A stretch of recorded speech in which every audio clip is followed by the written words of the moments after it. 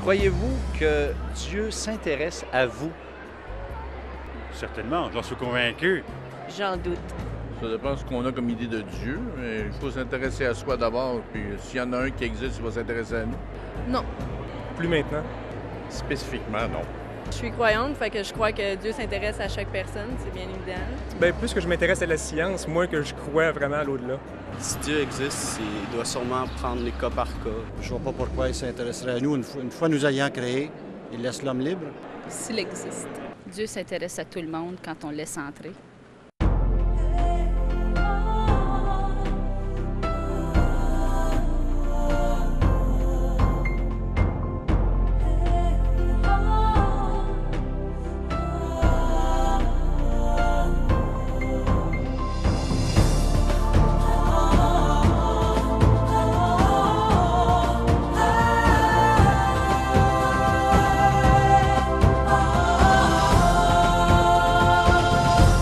Mesdames, Messieurs, bonjour et re-bienvenue à l'émission L'heure de la bonne nouvelle. Dans le cadre de la série Découvrons-le, nous allons découvrir ensemble aujourd'hui celui pour qui tous sont importants. Et la Bible nous révèle que Dieu s'intéresse à tous les êtres humains. Et quand on entend les commentaires, comme on en a entendu, François, dans le Vox Pop, la plupart des gens qui sont presque convaincus que Dieu ne s'intéresse pas à eux, c'est quand même assez surprenant. Je trouve ça franchement dramatique, Jean-Pierre.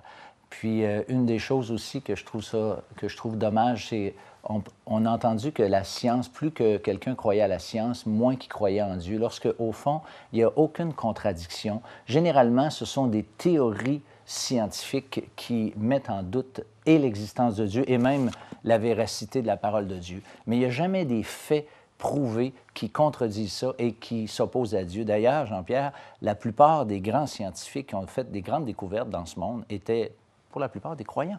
En tout cas, plusieurs. Et ce qui est intéressant, on dirait qu'aujourd'hui, c'est comme une qualité intellectuelle de mépriser la Bible, puis de dire que tous les gens qui croient ça, c'est une gang d'imbéciles, finalement.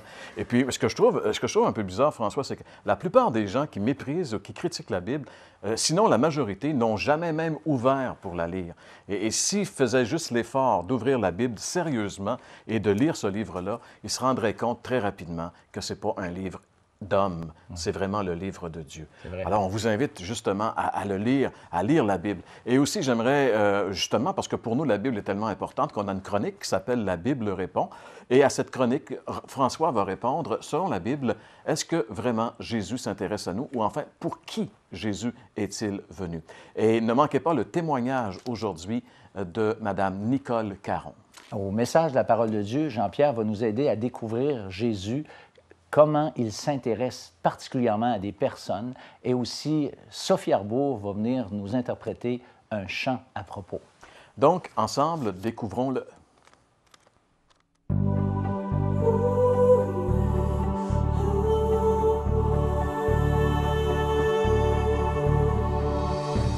Selon la Bible, pour qui Jésus est-il venu? Généralement, les gens religieux, les gens qui se tiennent dans les églises, se considèrent comme du bon monde et généralement aussi d'excellents candidats pour le ciel. D'autre part, ceux dont la vie est plutôt caractérisée par une certaine forme d'immoralité se sentent indignes de Dieu. Eh bien, selon la Bible, ces derniers ont raison. Le Seigneur Jésus nous a laissé une histoire intéressante de deux hommes qui ont monté au temple pour prier. L'un de ces deux était un homme religieux avec une vie morale exemplaire. Le deuxième, un publicain, nous dit le texte, un collecteur d'impôts, un homme dont la vie morale était très discutable. Ce dernier, nous rapporte l'histoire, a confessé à Dieu son indignité et le texte nous dit qu'il a été pardonné plutôt que l'autre, non pas l'autre qui, lui, se targuait plutôt d'être un homme bien. Eh bien, l'histoire ou la morale de cette histoire, l'enseignement qui doit être compris de cette histoire, c'est simplement que nous devons, qui que nous soyons, reconnaître notre parfaite indignité devant Dieu. Et la Bible dit que c'est pour ces gens-là que Jésus est venu. Écoutez le texte qui suit. « Car le Fils de l'homme est venu chercher et sauver ce qui était perdu. » Le Seigneur Jésus, un jour, était confronté à des personnes qui l'accusaient d'aller vers ces gens avec des vies morales doutables. Voici ce qu'il leur avait répondu. Ce ne sont pas ceux qui se portent bien qui ont besoin de médecins, mais les malades. Je ne suis pas venu appeler à la repentance des justes, mais des pécheurs. La Bible nous montre clairement que nous devons reconnaître que nous sommes pécheurs. Mais en fait, on doit aller au-delà de ça et reconnaître que je suis pécheur. Pire encore, on doit reconnaître que nous sommes pécheurs, mais qu'à cause de cela, nous sommes aussi perdus et condamnés devant la sainte loi de Dieu. Voyez-vous, Jésus est venu pour sauver les pécheurs, et si nous reconnaissons que nous sommes pécheurs et perdus, c'est pour nous que Jésus est venu. Mais par contre, je suis désolé, ceux qui refusent de reconnaître leur état de péché devant Dieu, ceux qui refusent de reconnaître qu'ils sont perdus, ce n'est pas pour vous que Jésus est venu. Vous aimeriez approfondir votre réflexion suite à cette émission? L'Heure de la Bonne Nouvelle vous offre gratuitement un exemplaire du Nouveau Testament, le calendrier de méditation quotidienne Bonne Semence, ainsi que le livre Qu'est-ce qu'un chrétien? Pour recevoir le tout, écrivez-nous et faites-nous part de vos commentaires à l'adresse suivante. L'Heure de la Bonne Nouvelle, case postale 1054 Sherbrooke, JEH5L3. Vous pouvez également nous joindre par courrier électronique hbn@abacom.com.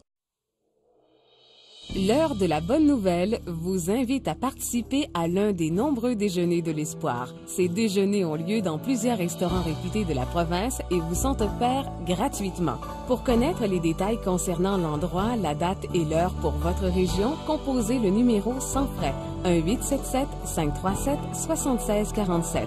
Vous pouvez également consulter le site web www.déjeuner.org.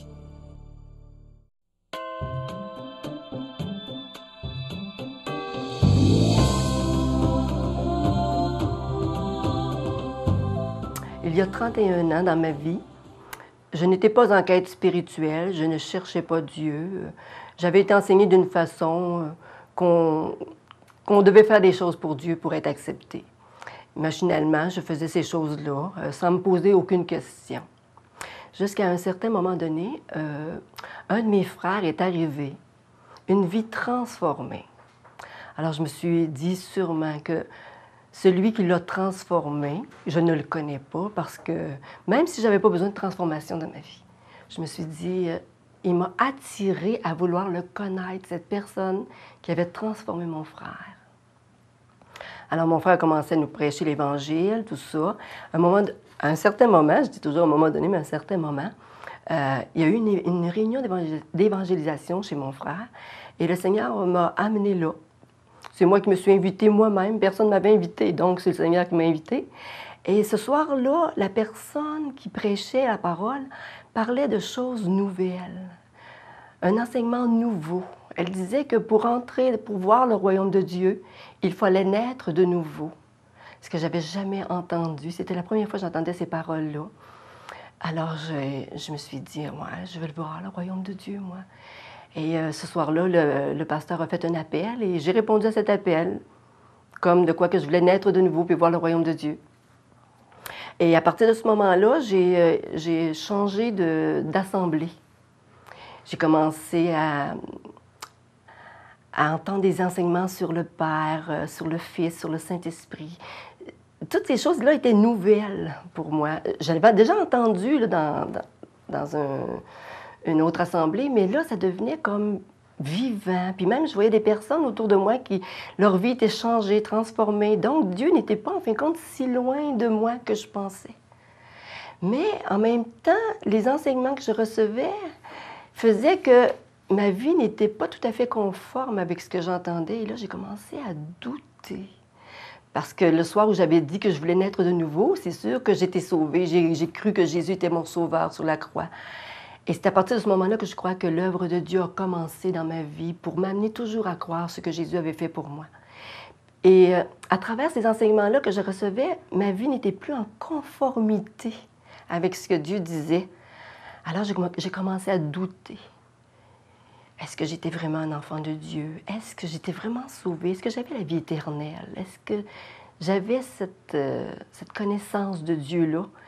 Et à un certain moment, je me suis mis en prière. J'étais en prière, en train partager mon âme à Dieu, lui dire que ce que j'entendais, c'était beau, mais que ce que je vivais, c'était pas tout à fait la même chose.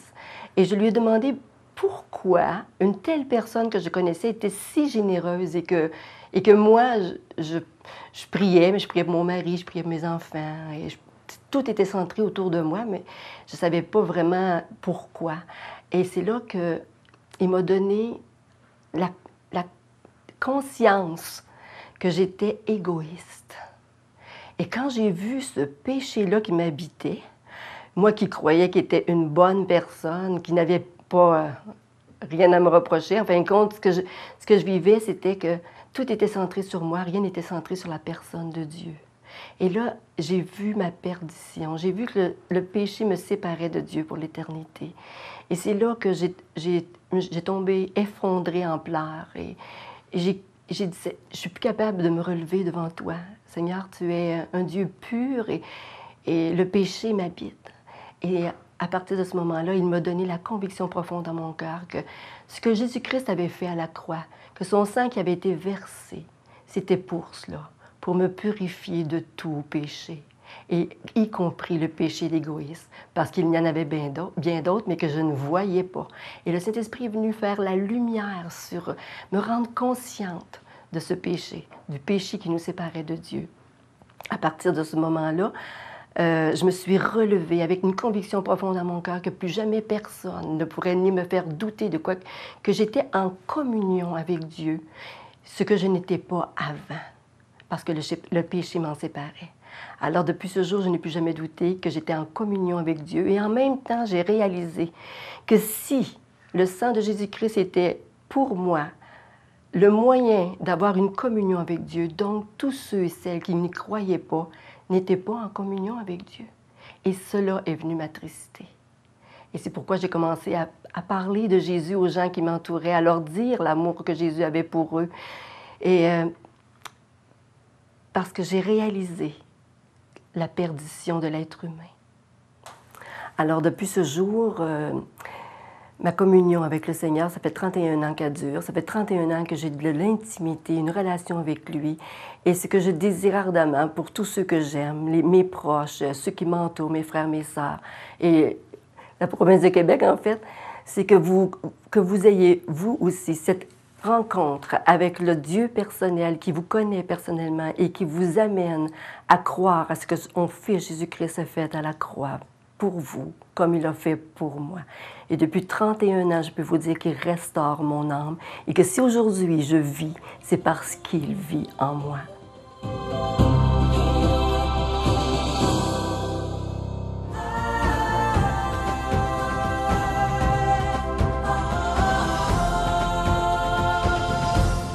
Eh bien, aujourd'hui, à l'heure de la bonne nouvelle, nous allons découvrir ensemble celui pour qui tous sont importants.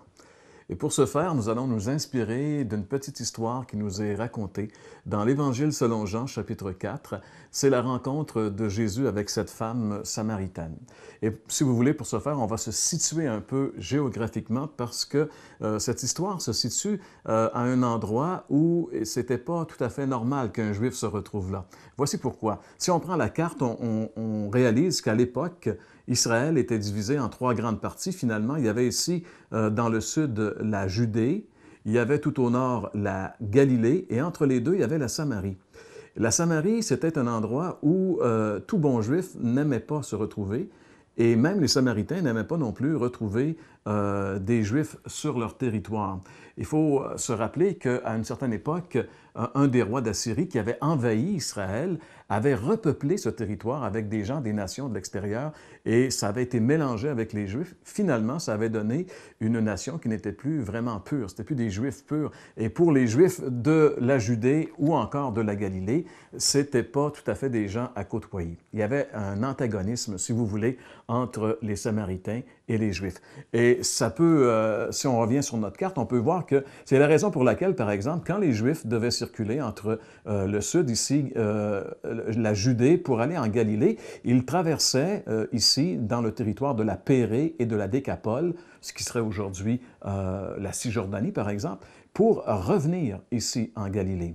Mais Jésus, qui souvent a passé par-dessus bien des tabous, soit des tabous religieux, sociaux, raciaux, ben lui est passé directement de la Judée à travers la Samarie. Et l'histoire dont on parle se situe ici autour de Sichem, la ville de Sichar. C'est là que Jésus est arrivé. Il est arrivé là vers midi, la Bible nous dit, aux alentours de midi. Et proche de la ville, il devait y avoir un puits. Et les disciples sont allés à la ville chercher de quoi manger. Jésus est resté là, seul, au bord de ce puits. Et pendant qu'il était là, une femme est arrivée pour puiser de l'eau. Elle est arrivée avec sa cruche. Et Jésus a fait quelque chose d'assez spécial. Il lui a dit, « Donne-moi de l'eau à boire. » Et la femme était tellement surprise qu'il lui demande cela, qu'elle s'est exclamée, on peut lire ensemble d'ailleurs ce verset dans Jean chapitre 4, le verset 9, « La Samaritaine s'exclama, « Comment tu es juif et tu me demandes à boire à moi qui suis samaritaine? » Comme on vient de le voir, c'était très surprenant que Jésus, un juif, s'adresse à une Samaritaine, d'autant plus à une femme. Et Jésus lui répond simplement en lui disant, « Si tu connaissais le don de Dieu et celui qui te parle, tu lui aurais toi-même demandé à boire. » Alors la femme est très surprise, elle lui dit, « Comment est-ce que tu peux me donner à boire? Le puits est très profond et tu n'as rien pour puiser. » Et Jésus lui dit, « Celui qui boira de cette eau aura encore soif. Mais celui qui boira de l'eau que je lui donnerai n'aura plus jamais soif, et l'eau que je lui donnerai jaillira jusque dans la vie éternelle. » Alors cette femme, devant cette parole, bien sûr, lui réalise qu'il existe autre chose que l'eau pour assouvir cette soif qu'elle a à l'intérieur d'elle, et elle dit à Jésus, « Je veux cette eau. » Alors Jésus lui pose une drôle de question à ce stade-ci, il lui dit, « OK, va chercher ton mari et reviens. » Et la femme lui dit, « Je ne suis pas mariée. » Alors Jésus lui dit, « C'est vrai que tu n'es pas mariée. Tu as eu 5 maris, et l'homme avec lequel tu vis maintenant n'est pas ton mari. » Jésus est en train de dévoiler son péché. Il est en train de dévoiler ce avec quoi elle a de la difficulté. Ce n'est pas par hasard qu'elle vient puiser à midi. Jamais personne va puiser de l'eau à midi en Orient. Si elle vient là, c'est parce qu'elle est mal vue de la population. Elle ne vit pas correctement. Et ça l'a intrigué que Jésus, ne la connaissant pas, ait pu lui révéler sa vie. Et elle dit, « Je vois que tu es un prophète. » Alors, elle lui pose une question. Depuis longtemps, il y a une question qui l'interroge. Elle lui dit, « Nos ancêtres nous ont dit que c'est ici qu'il fallait adorer. Et vous, les Juifs, vous dites que c'est à Jérusalem. Où faut-il adorer, finalement? » C'était sa question. Et Jésus va lui révéler que ce n'est plus ni à Sichem, ni à Jérusalem qu'il faut adorer, mais les vrais adorateurs adoreront Dieu en esprit et en vérité, c'est-à-dire une adoration qui ne sera pas liée à un endroit physique, un endroit géographique. Alors cette femme lui dit, « Ouais, je sais que quand le Messie va venir, il va nous révéler tout cela. » Et à ce moment-là, Jésus la regarde droit dans les yeux et lui dit, « Je suis le Messie, moi qui te parle. » Quelle révélation pour cette femme! Elle est tellement bouleversée que la Bible dit qu'à ce moment-là, elle laisse sa cruche et elle part à la course dans le village de Sichem pour répandre cette nouvelle. Et qu'est-ce qu'elle dit? J'aimerais qu'on lise ensemble ici son message dans Jean chapitre 4, versets 28-29. « Alors la femme laissa sa cruche, se rendit à la ville et se mit à dire autour d'elle, « Venez voir un homme qui m'a dit tout ce que j'ai fait. Si c'était le Christ. » Si c'était le Christ. J'aimerais juste vous dire ici que Jésus sait parfaitement tout ce que vous avez fait. Jésus sait tout ce que vous avez dit, tout ce que vous avez pensé. Il n'y a rien de caché aux yeux de Jésus de ce que nous sommes. Et malgré tout cela, c'est ça qui est merveilleux, malgré qu'il sait tout ce qu'on a fait, malgré qu'il sait tout ce qu'on a dit, comme il savait tout ce que cette femme avait vécu, il ne veut pas nous condamner, il ne veut pas nous juger, il veut simplement nous sauver, nous pardonner et nous donner une nouvelle vie. C'est d'ailleurs la raison pour laquelle il est venu. Lisons ensemble dans Jean chapitre 3, le verset 17. Il est dit ici, « Dieu a envoyé son Fils dans le monde, non pas pour condamner le monde, mais pour qu'il soit sauvé par lui. » Savez-vous que qui que vous soyez, qui que nous soyons, quoi que ce soit que nous ayons fait, Dieu nous aime et veut nous donner la vie éternelle, veut nous donner le pardon de nos péchés et une nouvelle vie. C'est ce qui s'est passé avec cette femme. Un petit peu plus loin dans l'histoire, il est dit qu'elle a répandu au village tout ce qu'elle avait entendu de Jésus, et il nous est dit que tous les gens du village sont venus entendre Jésus. Et les gens ont dit, à un moment donné, un petit peu plus loin, les gens ont dit, on croit en lui, pas parce que tu nous as dit ces choses, mais parce que nous l'avons nous-mêmes entendu, et nous savons qu'il est vraiment le Sauveur, le Fils de Dieu. Rien de tel qu'une relation personnelle avec le Fils de Dieu. C'est ce que ces gens-là ont expérimenté suite à la rencontre de Jésus avec ces Samaritains. Vous savez, parce que pour Jésus, tous sont importants. Peut-être qu'on vous a mis à part très souvent dans votre vie, peut-être que même à vos yeux, vous pensez que vous n'avez aucune importance, mais laissez-moi vous dire que pour Jésus, vous avez du prix. Pour Jésus, vous êtes important. Il vous aime comme il aimait cette femme, comme il avait un rendez-vous avec cette femme, comme il a passé par-dessus bien des tabous pour aller rejoindre cette femme ce jour-là à Sichem, en Samarie. Et aujourd'hui, Jésus aimerait vous rencontrer. Jésus aimerait établir une relation avec vous. C'est possible. Tout ce que vous avez à faire, peut-être que vous dites, oui, j'aimerais ça avoir une relation avec Jésus, mais comment est-ce que ça peut être possible? Jésus est au ciel, moi je suis sur la terre. Bien, c'est par la foi qu'on peut établir cette relation. Si vous reconnaissez maintenant que vous êtes un pécheur, que vous avez manqué, comme cette femme, Jésus a mis le doigt sur le péché dans sa vie. Il y a du péché dans votre vie. Peut-être un péché semblable à celui de cette femme, peut-être un péché très différent, mais qui que nous soyons, nous sommes des pécheurs. La Bible dit tous ont péché et sont privés de la gloire de Dieu. Il faut d'abord reconnaître que nous sommes un pécheur et que nous avons désespérément besoin de Jésus pour assouvir cette soif. Nous avons besoin de cette eau surnaturelle dont Jésus a dit « Celui qui boira de cette eau n'aura plus jamais soif ». On a besoin de quelque chose qui vient assouvir notre âme, qui vient nous donner la satisfaction. On a besoin de quelque chose qui va faire en sorte qu'enfin nous allons être satisfaits, qu'enfin nous allons être bien, qu'enfin nous allons avoir des certitudes. Eh bien, seul Jésus peut nous donner ça en nous pardonnant nos péchés et en nous donnant la vie éternelle. Il peut le faire si vous l'invitez dans une simple prière. Ce n'est pas besoin d'être compliqué. Vous avez juste besoin de dire à Jésus, « Seigneur, je reconnais que je suis pécheur. Je reconnais, Seigneur, que ma vie n'est pas ce qu'elle devrait être. Je te demande pardon et je te demande de venir me pardonner et me donner la possibilité de vivre une nouvelle vie. » Et si vous le faites, encore une fois, je vous le rappelle, peu importe ce que vous ayez fait, peu importe qui vous êtes, si sincèrement vous venez à Jésus et que vous lui confessez votre état et que vous lui demandez de venir changer les choses, il va le faire. Et vous allez voir que Jésus est vraiment celui pour qui vous êtes important.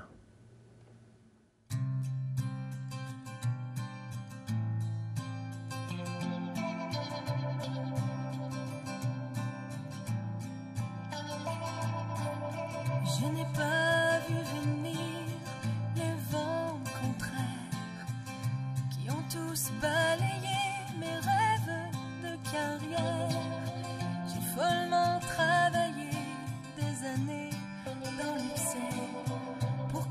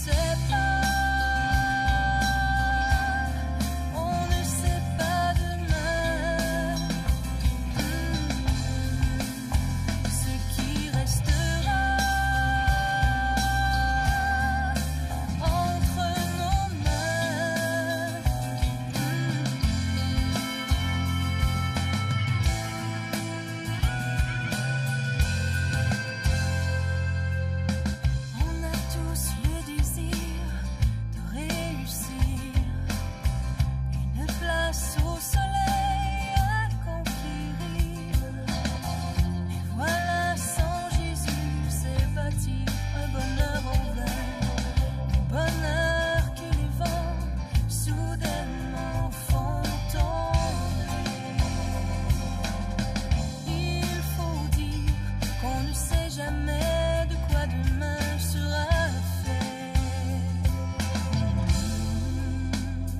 On ne sait pas, on ne sait pas demain. Ce qui restera entre nos mains.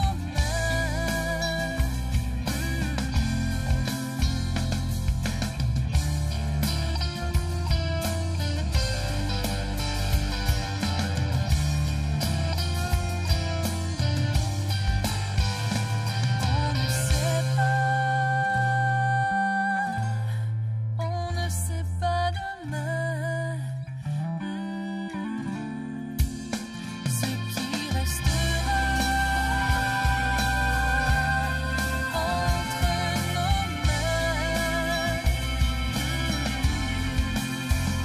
On ne sait pas, on ne sait pas demain. Ce qui restera entre nos mains.